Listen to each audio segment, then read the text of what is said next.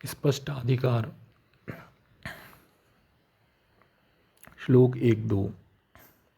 भगण क्रांतिव्रत पर आश्रित शीघ्रोच्च मंदोच्च एवं पात संज्ञक काल की अदृश्य मूर्तियां ग्रहों की गति का कारण होती हैं, अर्थात इन्हीं अदृश्य मूर्तियों के कारण ग्रह पिंडों में गति उत्पन्न होती है। इन शीघ्रोच्च मंदोच्च पात संज्ञक अदृश्य शक्तियों की वायु रूपी रस्सी से बंधे हुए ग्रह उन्हीं शक्तियों द्वारा वाम दक्षिण हस्त से अपनी दिशा में अपने समीप अपकृष्ट होते खींच लिए जाते हैं। श्लोक 3। प्रवह नामक वायु सूर्यादि ग्रहों को उनके उच्चों की तरफ प्रेरित करती है। पूर्व और पश्चिम की ओर खिंचे हुए ग्रहों की भिन्न भिन्न गति होती जाती है। ग्रहों का उच्च संज्ञक स्थान यदि पूर्व दिशा में 6 राशि 160 डिग्री से अल्प दूरी पर हो तो ग्रह को पूर्व दिशा में तथा यदि पश्चिम में हो तो पश्चिम दिशा में खींच लेता है। श्लोक 5। अपने अपने उच्च स्थानों से अपकृष्ट ग्रह अपने मध्यम स्थान से जितने राश्यादि तक पूर्व दिशा में जाते हैं उतने राश्यादि मान उच्चाकर्षण फल मध्यम ग्रह में जोड़े जाते हैं, अतः इसे धन संस्कार कहते हैं, तथा पश्चिम दिशा में उच्चाकर्षण फल घटाया जाता है, अतएव उसे ऋण संस्कार कहते हैं। श्लोक 6-7। इसी प्रकार पूर्वोक्त कारणों की तरह राहु नामक पात स्वविमंडल एवं क्रांति मंडल का संपात भी क्रांतीय बिंदु से ग्रह को अत्यंत वेग से उत्तर और दक्षिण दिशा में विक्षेप तुल्य दूरी तक विक्षिप्त करता है।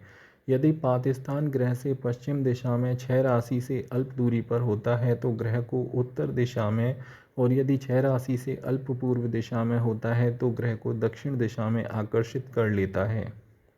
श्लोक 8। बुध और शुक्र के शीघ्रोच्चों से इनके पात बुध और शुक्र के विमंडल और क्रांति मंडल के संपात पूर्वोक्त नियमानुसार पूर्व दिशा में यदि 6 राशि से अल्प दूरी पर हों तथा पश्चिम दिशा में भी 6 राशि से अल्प हों तो क्रम से उत्तर एवं दक्षिण में आकर्षित करता है। श्लोक 9। सूर्य का बिंबमान वृहद होने से सूर्य अपने मंदोच्च पात द्वारा अल्प आकर्षित होता है, किंतु बिंबमान लघु होने से चंद्रमा अपने मंदोच्च से सूर्य की अपेक्षा अत्यधिक आकर्षित हो जाता है। श्लोक 10। भौमादि पंच ताराग्रह लघु बिंबात्मक होने के कारण अपने अपने शीघ्रोच्च और मंदोच्च रूपी अदृश्य दैवी शक्तियों द्वारा अत्यंत वेग पूर्वक सुदूर अधिक दूरी तक अपकृष्ट हो जाते हैं। श्लोक 11। यही कारण है कि भौमादि ग्रहों में उनकी गतियों के कारण धन एवं ऋण संस्कार अधिक होते हैं। इस प्रकार प्रवह वायु के वेग से आहत होकर अपने अपने पातों से आकृष्ट होते हुए भौमादि ग्रह आकाश में अपनी अपनी कक्षा में भ्रमण करते हैं। श्लोक 12। वक्र अनुलोम अनुवक्र कुटिल मंद मंदतर सम शीघ्रतर तथा शीघ्र ये 8 प्रकार की ग्रहों की गतियां होती हैं। श्लोक 13।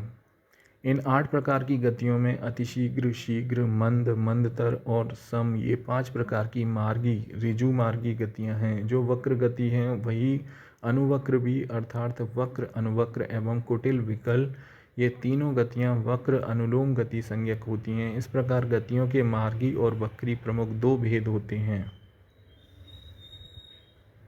श्लोक 14।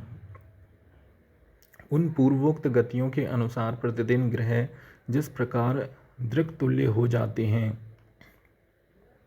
अर्थात जिस स्थान पर वेद द्वारा दृग्गोचर होते हैं, उस स्पष्टीकरण प्रक्रिया को मैं आदरपूर्वक कह रहा हूँ। श्लोक 15-16।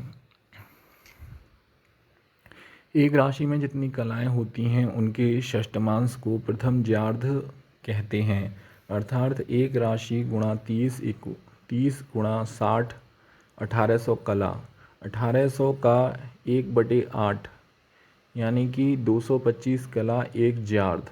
प्रथम ज्यार्ध को प्रथम ज्यार्ध से ही भाग देकर लब्धि को प्रथम ज्यार्ध में घटाकर शेष को प्रथम ज्यार्ध में जोड़ने से द्वितीय ज्यार्ध का मान होता है। आद्य प्रथम ज्यार्ध से अग्रिम पिंडों को विभक्त कर लब्धि से रहित ज्याखंडों को ज्यार्ध में जोड़ने से अग्रिम ज्यापिंड होता है।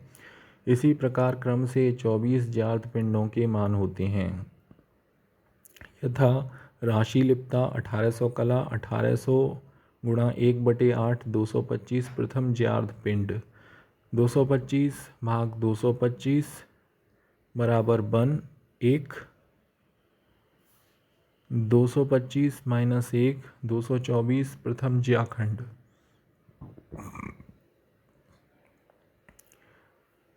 225 प्लस 224 449 449 द्वितीय ज्यार्ध पिंड, 449 भाग 225 449 भाग 225 बराबर 2, स्वल्पांतरात थोड़े से अंतर से 2, ज्याखंड 224 माइनस 2 इक्वल टू 222 द्वितीय ज्याखंड, 249 प्लस 222 इक्वल टू 671 तृतीय ज्यार्ध पिंड। इसी प्रकार अन्य ज्यापिंडों का साधन होगा।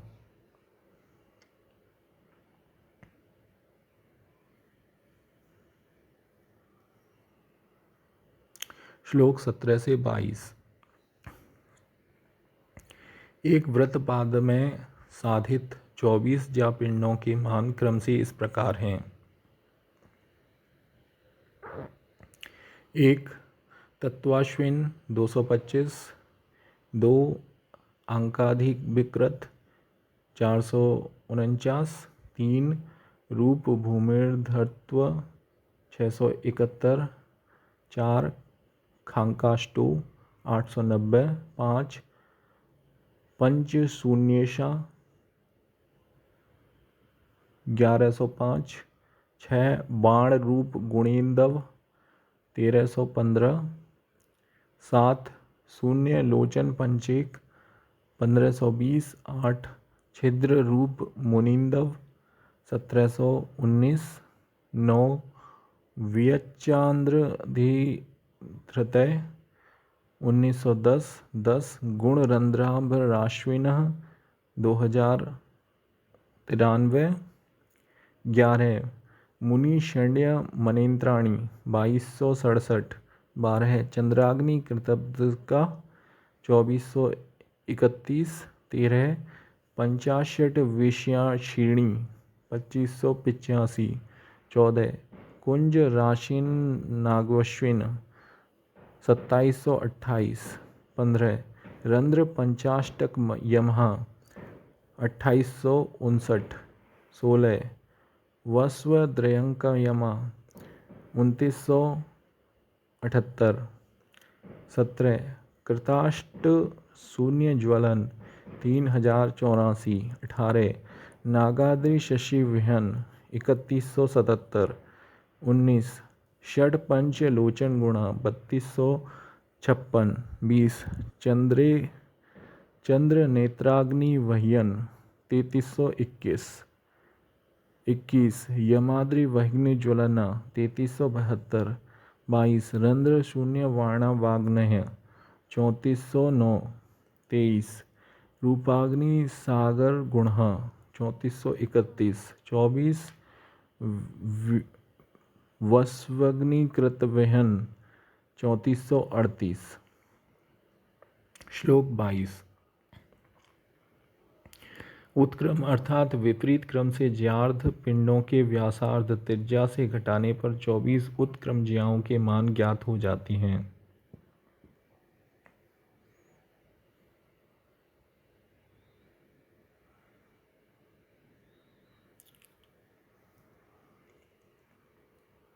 श्लोक 23 से 27।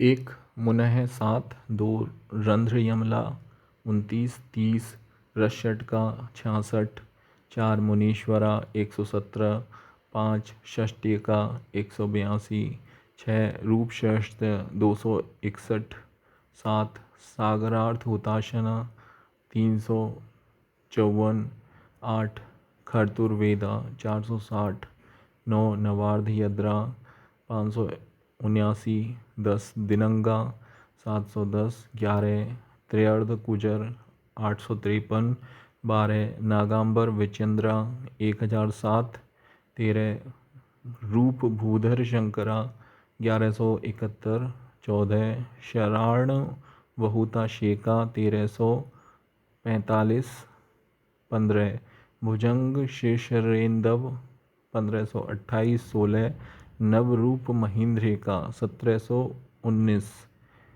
17 गजिंका निशाकरा 1918, 18 गुणाश्वी रूप नेत्राणी 2123, 19 पावकाग्नि गुणाश्विन 2333, 20 वश्वर्ण वायर्थ यमला 2508, 21 तुरंग नगाश्विन 2767, 22 नवाष्टन व नेत्राणी 2979, 23 पावकेक यमाग्नय 3213, 24 गजाग्नि सागर गुण 3438। श्लोक 28। परम क्रांति ज्या का मान 1317 कला होता है। परम क्रांति ज्या से इष्ट ज्या को गुणा कर गुणनफल से त्रिज्या 3438 से भाग देने से लब्धि इष्ट क्रांति ज्या होती है। इसका चाप मान इष्ट क्रांति होता है।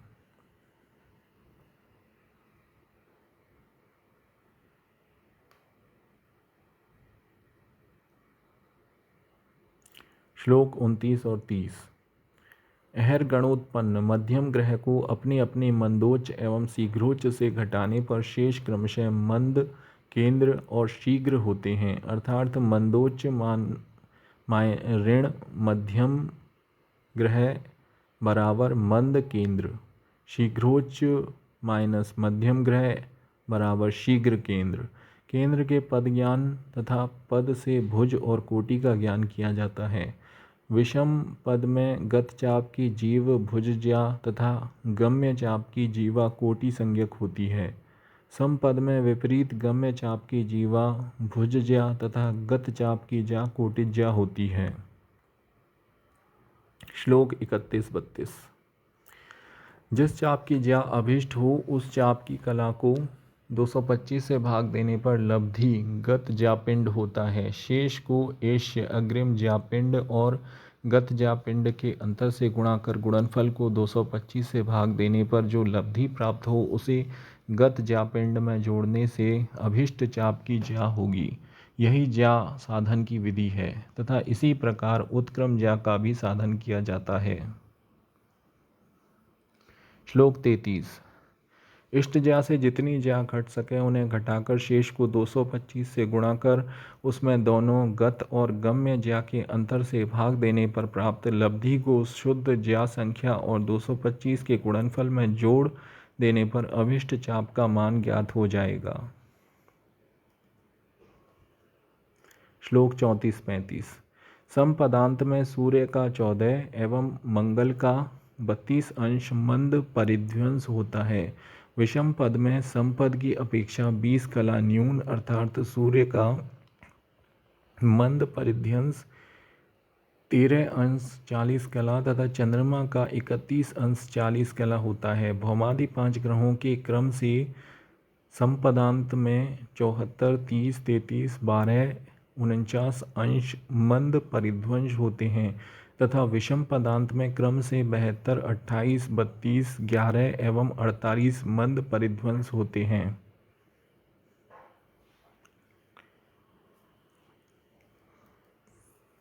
श्लोक 33 से 37।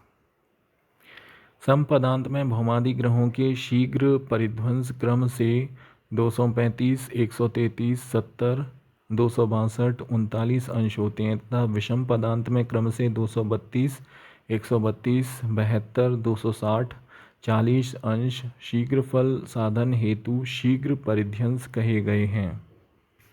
अर्थात संपद 2-4 में भौम का शीघ्र परिध्वंस 235, बुध का 133, गुरु का 70, शुक्र का 262 तथा शनि का 39 तथा विषम पद 1-3 में भौम का 232, बुध का 132, गुरु का 72, शुक्र का 260 तथा शनि का 40 अंश कहा गया है। श्लोक 38।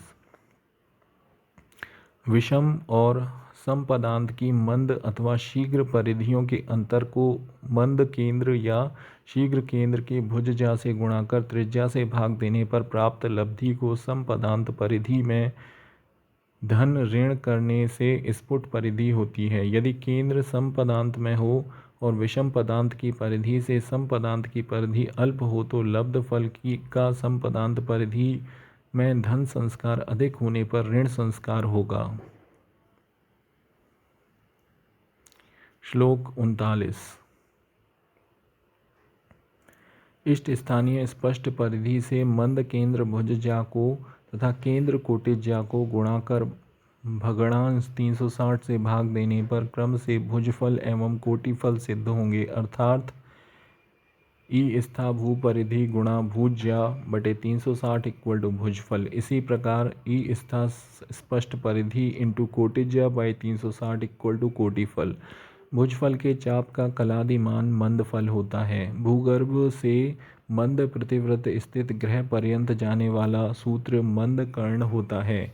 दृश्य ग्रह की स्थिति प्रतिव्रत में तथा मध्यम ग्रह की स्थिति कक्षाव्रत में होती है। कक्षाव्रत और प्रतिव्रत के केंद्रों एवं परिधि को स्पर्श करने वाली ऊर्ध्वांश रेखा को नीचोच सूत्र कहा जाता है। भूगर्भ से दृश्य ग्रह तक जाने वाले सूत्र और कक्षाव्रत के संपात बिंदु पर मंद स्पष्ट ग्रह होता है। दृश्य ग्रह के निचोच रेखा के समानांतर कक्षाव्रत व्यास पर लंब रूप रेखा का संपात बिंदु कक्षाव्रत में मध्यम ग्रह होता है। मध्यम और मंद स्पष्ट ग्रह का अंतर मंद फल होता है।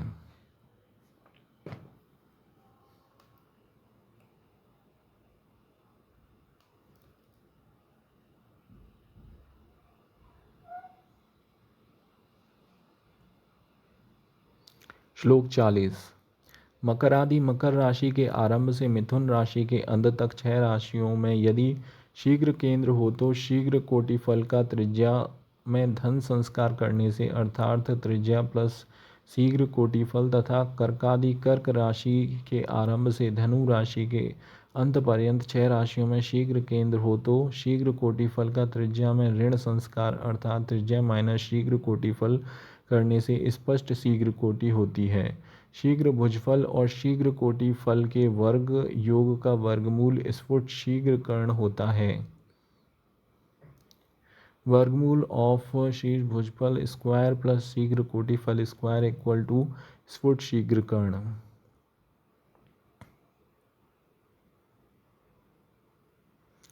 श्लोक 41-42।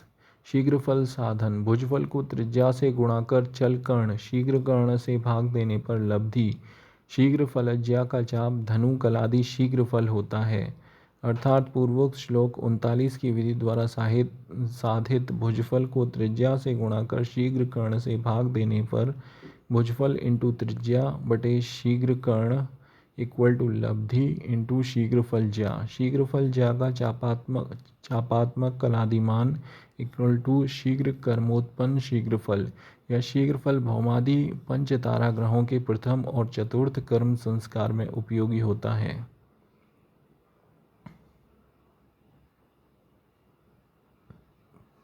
श्लोक 43-44। सूर्य और चंद्रमा को स्पष्ट करने के लिए केवल एक ही मंदफल संस्कार किया जाता है। शेष भौमादि पंचतारा ग्रहों के लिए संस्कार विधि कह रहा हूँ। पहले शीघ्र फल पश्चात मंदफल पुनः मंदफल तदंतर शीघ्र फल का संस्कार क्रम एवं अनुरूप से करना चाहिए। मध्यम ग्रह से पहले शीघ्र फल का आधा तदंतर मध्य फल का आधा पश्चात समग्र मंदफल एवं समग्र शीघ्र फल का संस्कार किया जाता है। अर्थात मध्यम ग्रह से साधित शीघ्र फल के आधे से संस्कृत मध्यम ग्रह से मंदफल लाकर उसके आधे से पूर्व संस्कृत ग्रह में संस्कार धन या ऋण करना चाहिए। इस प्रकार शीघ्र फलार्थ और मंद फलार्थ संस्कृत ग्रह से उन्हें मंद फल साधित कर पूर्व संस्कृत ग्रह में धन या ऋण संस्कार करने से मंद फल संस्कृत मंद स्पष्ट ग्रह होगा। अनंतर मंद फल संस्कृत ग्रह से शीघ्र फल साधित कर पूर्ण शीघ्र फल का संस्कार मंद स्पष्ट ग्रह में करने से स्पष्ट पंचतारा ग्रह होंगे।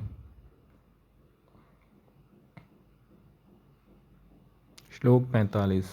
सूर्यादि सभी ग्रहों के मंद केंद्र और शीघ्र केंद्र मेषादि 6 राशियों में हों तो मध्यम ग्रह में कलादि मंद फल और शीघ्र फल का धन संस्कार तथा तुलादि केंद्र होने पर मध्यम ग्रह में ऋण संस्कार किया जाता है। श्लोक 46। सूर्य के भुजफल मंदफल को ग्रह गति कला से गुणाकर गुणनफल को भचक्र कला 360 गुणा 60 इक्वल टू 216 कला से भाग देने पर जो कलात्मक लब्धि हो उसे भुजांतर कहते हैं। उसका संस्कार अभीष्ट ग्रह में सूर्य मंदफल के अनुसार करना चाहिए, अर्थात सूर्य मंदफल धन हो तो ग्रह में लब्धि जोड़ने से, मंदफल ऋण हो तो ग्रह में लब्धि घटाने से अर्धरात्रि कालिक स्पष्ट ग्रह होता है।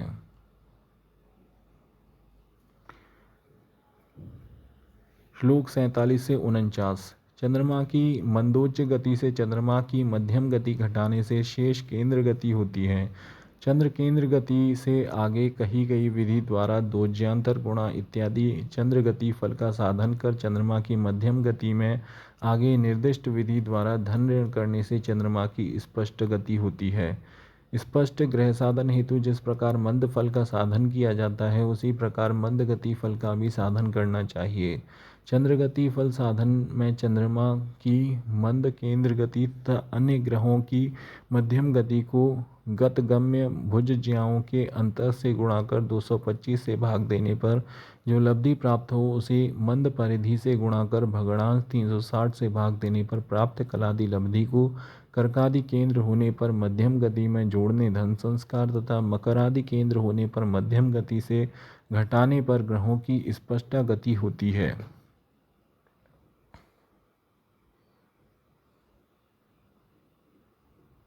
श्लोक 50-51। ग्रहों की मंद स्पष्ट गति को अपनी अपनी शीघ्रोच्च गति से घटाकर शेष को त्रिज्या और अंत्यकर्ण के अंतर 90 माइनस शीघ्रफल माइनस फल को ज्या लगभग अंत्यकर्ण बराबर शेष से गुणाकर चल कर्ण शीघ्र कर्ण से भाग देने पर प्राप्त लब्धि शीघ्र गति फल होती है। शीघ्र कर्ण यदि त्रिज्या से अधिक हो तो फल धन, अल्प हो तो फल ऋण होता है। मंद स्पष्ट गति में शीघ्र गति फल का धन ऋण संस्कार करने से स्पष्ट गति होती है। यदि ऋण शीघ्र गति फल मंद स्पष्ट गति से अधिक हो तो शीघ्र गति फल से मंद स्पष्ट गति को घटाने पर जो शेष रहे वह ग्रह की वक्र गति होती है। श्लोक 52। अपने शीघ्रोच्च से दूर 3 राशि अर्थात 90 से अधिक दूरी पर स्थित होने पर शीघ्रोच्च रश्मियों के शिथिल हो जाने से अर्थात शीघ्रोच्च जन्य आकर्षण शक्ति के शिथिल हो जाने पर ग्रह वाम भाग में अत्यंत नीच स्थानीय आकर्षण शक्ति के प्रभाव से आकष्ट होकर वक्री हो जाते हैं। ग्रहों का वक्रत्व दृष्टिजन्य दोष है। वस्तुतः ग्रह अपनी कक्षा में पश्चिम से पूर्व की ओर ही भ्रमण करता है, किंतु अन्य ग्रह पिंड पर अवस्थित दृष्टा को कभी कभी एक निश्चित अवस्था में जाने पर ग्रह वक्री विपरीत दिखलाई पड़ता है। श्लोक 53-54। भौमादि ग्रह अपने अपने चतुर्थ शीघ्र केंद्र से क्रमशः 164, 144, 130, 163 तथा 115 अंशों पर होते हैं तो इनका वक्र गतित्व आरंभ होता है। उक्त शीघ्र केंद्रांशों को चक्र 360 डिग्री में घटाने से अवशिष्ट अंशों के तुल्य ग्रह होने पर ग्रह वक्र गति का त्याग करते हैं अर्थात मार्गी हो जाते हैं। श्लोक 55। मंद परिधि की अपेक्षा शीघ्र परिधि के बड़ी होने से शुक्र और मंगल अपने केंद्र से 7वीं राशि में, गुरु और बुध 8वीं राशि में तथा शनि 9वीं राशि में अपना वक्रत्व त्याग देते हैं। श्लोक 56-57। अहरगणोत्पन्न भौम शनि और गुरु के पातों के ग्रहवत शीघ्र फल का संस्कार करना चाहिए अर्थात ग्रह स्फुटीकरण में चतुर्थ संस्कार शीघ्र फल को धन हो तो धन, ऋण हो तो ऋण करने से स्फुट शर साधनोपयोगी पात होता है। बुध और शुक्र के पातों का तृतीय संस्कार अर्थात मंद फल का विपरीत संस्कार करना चाहिए। यदि ऋण हो तो धन, धन हो तो ऋण करना चाहिए। यहाँ चंद्रमा के पात का उल्लेख नहीं है, अतः चंद्रमा का गणितगत पात ही ग्रह है। स्पष्ट भौम गुरु और शनि ग्रहों को अपने अपने संस्कृत पातों से रहित कर स्पष्ट ग्रहपात शेष को जीवा साधन करनी चाहिए तथा बुध और शुक्र के शीघ्रोच्च के उनके पातों को घटाकर शेष की जीवा साधन करनी चाहिए। इस प्रकार साधित जीवा को विक्षेप परमशर से गुणा कर गुणनफल में अंत्यकर्ण चतुर्थ क्रम से प्रयुक्त होने वाले शीघ्र कर्ण से भाग देने पर कलात्मक लब्धि क्रांति संस्कार योग्य शर होता है। चंद्रमा के साधन में शीघ्र कर्ण का उपयोग न होने से स्पष्ट चंद्र से पात को घटाकर शेष की जीवा को विक्षेप से गुणाकर त्रिज्या से भाग देने पर लब्धि चंद्रमा का कलात्मक विक्षेप होता है। श्लोक 58। विक्षेप सर और मध्यम क्रांति की एक ही दिशा हो तो विक्षेप और क्रांति का योग करने से स्पष्ट क्रांति होती है। विक्षेप और क्रांति की दिशा भिन्न होने पर क्रांति और विक्षेप का अंतर करने से स्पष्ट क्रांति होती है। सूर्य की गणितागत परमाप क्रमज्यातु सप्त रंध्र गुणोद्भव 28वें श्लोकोक्त विधि से प्राप्त क्रांति ही स्फुट क्रांति होती है, क्योंकि क्रांति वृत्त में भ्रमण करने से सूर्य का विक्षेप नहीं होता। श्लोक 59। अभीष्ट ग्रह की स्पष्ट गति को ग्रहनिष्ठ राश्युदयासुओं सायन ग्रह जिस राशि पर हो उस राशि के उदयमान से गुणाकर 1800 से भाग देने पर जो लब्धि प्राप्त हो उसे चंद्रकला 216:00 में जोड़ने पर अभीष्ट ग्रह के अहोरात्रासु होते हैं।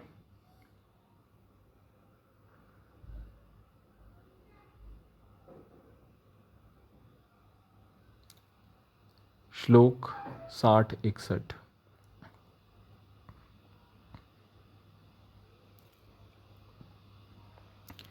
स्फुट क्रांति से ज्या, क्रांति ज्या और उत्क्रम ज्या दोनों का साधन कर त्रिज्या में से उत्क्रम ज्या को घटाने पर शेष अहोरात्र वृत्त का व्यासार्ध होता है। इसे द्युज्या भी कहते हैं। यह व्यासार्ध दक्षिण क्रांति होने पर दक्षिण गोल का, उत्तर क्रांति होने पर उत्तर गोल का होता है।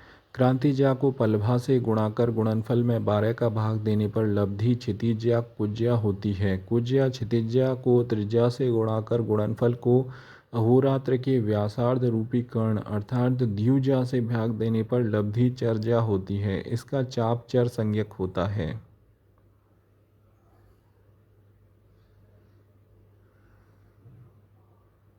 श्लोक 62-63। चर संस्कार और दिन रात्रिमान। उक्त चर्या को चापात्मक बनाने से चरासु होते हैं। उत्तर क्रांति होने पर चरासु को अहोरात्रासु के चतुर्थांश में इनके घट्यात्मक मान को अहोरात्र के चतुर्थांश घटी में जोड़ने से दिनार्ध तथा घटाने से रात्यार्ध काल होता है। दक्षिण क्रांति होने पर विपरीत संस्कार करने से अर्थात अहोरात्र के चतुर्थांश में चर घटी के ऋण संस्कार करने से दिनार्ध तथा धन संस्कार करने से रात्यार्धमान होता है। दोनों को द्विगुणित करने पर क्रम से दिनमान और रात्रिमान होते हैं। इसी प्रकार विक्षेप को क्रांति में धन ऋण कर चर साधन द्वारा नक्षत्रों का दिन रात्रि मान ज्ञात करना चाहिए।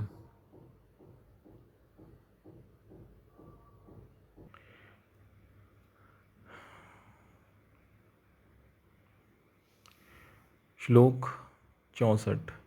भभोग अर्थात नक्षत्र का भोग 800 कला तथा तिथि का भोग 720 कला होता है। ग्रह की कला स्पष्ट ग्रह के राश्यादि मान की कला को नक्षत्र भोग 800 से भाग देने पर लब्धिगत नक्षत्र होता है। शेष वर्तमान नक्षत्र की भुक्त कला से ग्रह गति द्वारा गतगम्य दिनादि का साधन करना चाहिए, अर्थात शेष को गत ग्रह से भाग देने पर वर्तमान नक्षत्र का भुक्त दिनादि मान होता है। शेष कला को 800 में घटाकर शेष से ग्रहगति का भाग देने से भोग्य दिनादि होता है। श्लोक 64-65। योग साधन। सूर्य और चंद्र के योग की कलाओं को भभोग 800 से भाग देने पर लब्धिगत विष कुंभादि योग होते हैं। शेष को 60 से गुणा कर रवि चंद्र के गति योग से भाग देने पर वर्तमान योग का गतगम्य काल होता है। अर्थात शेष कला को 60 से गुणा कर रवि चंद्र के गति योग से भाग देने पर भुक्तमान तथा 800 से शेष कला को घटाकर अवशिष्ट ऐश्य कला को 60 से गुणा कर गति योग से भाग देने पर वर्तमान योग का गम्य ऐश्य मान होता है।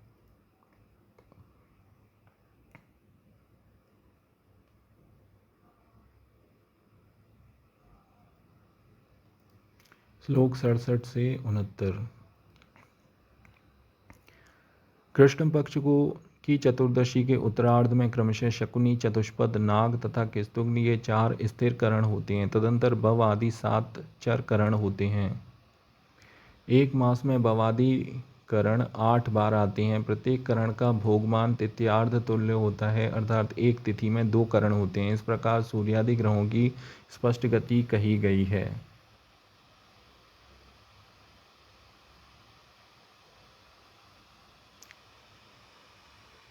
इति स्पष्टाधिकार समाप्त।